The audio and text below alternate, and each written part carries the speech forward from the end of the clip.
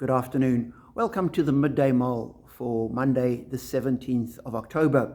Following Robert Murray McShane, we're now working through the book of Daniel, today reading chapter 2. In it, Nebuchadnezzar, king of Babylon, has a dream which puzzles him.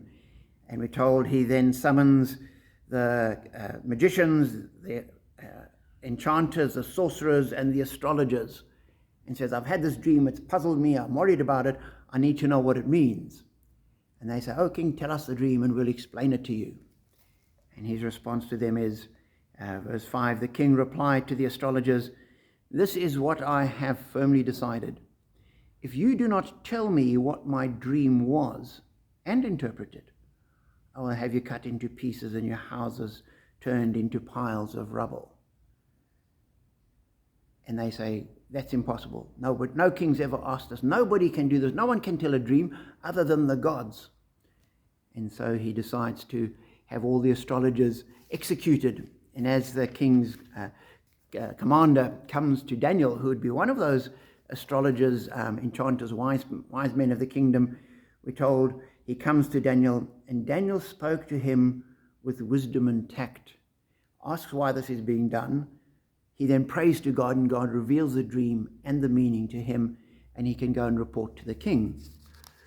But there are two things that struck me here. The one is, as Christians, we must be a bit like King Nebuchadnezzar. We mustn't be gullible. See, it's very easy. If I tell you the dream, you can come up with any kind of explanation of what it means. How do I know if that's the truth? What measure do I have that you're actually telling the truth? You're not just creating fantasies in your head. We don't know. Whereas if you tell me what the dream was, then there's God, it only can be God revealed it to you. Then I know that what you're saying is the truth.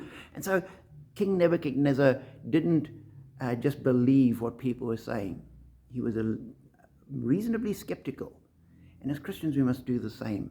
There's so many stories out there, so many people with all sorts of visions and wonders, and we need to hold back and say, I'm a little bit skeptical. I'm not going to be gullible. Today we have a measure in the scripture. Does what that person says, does it align with scripture? Does it measure up? And sometimes even if it does, that doesn't necessarily mean that what they're saying is true. So we must always be a little bit wary when people come with their visions and insights and wonders and ideas.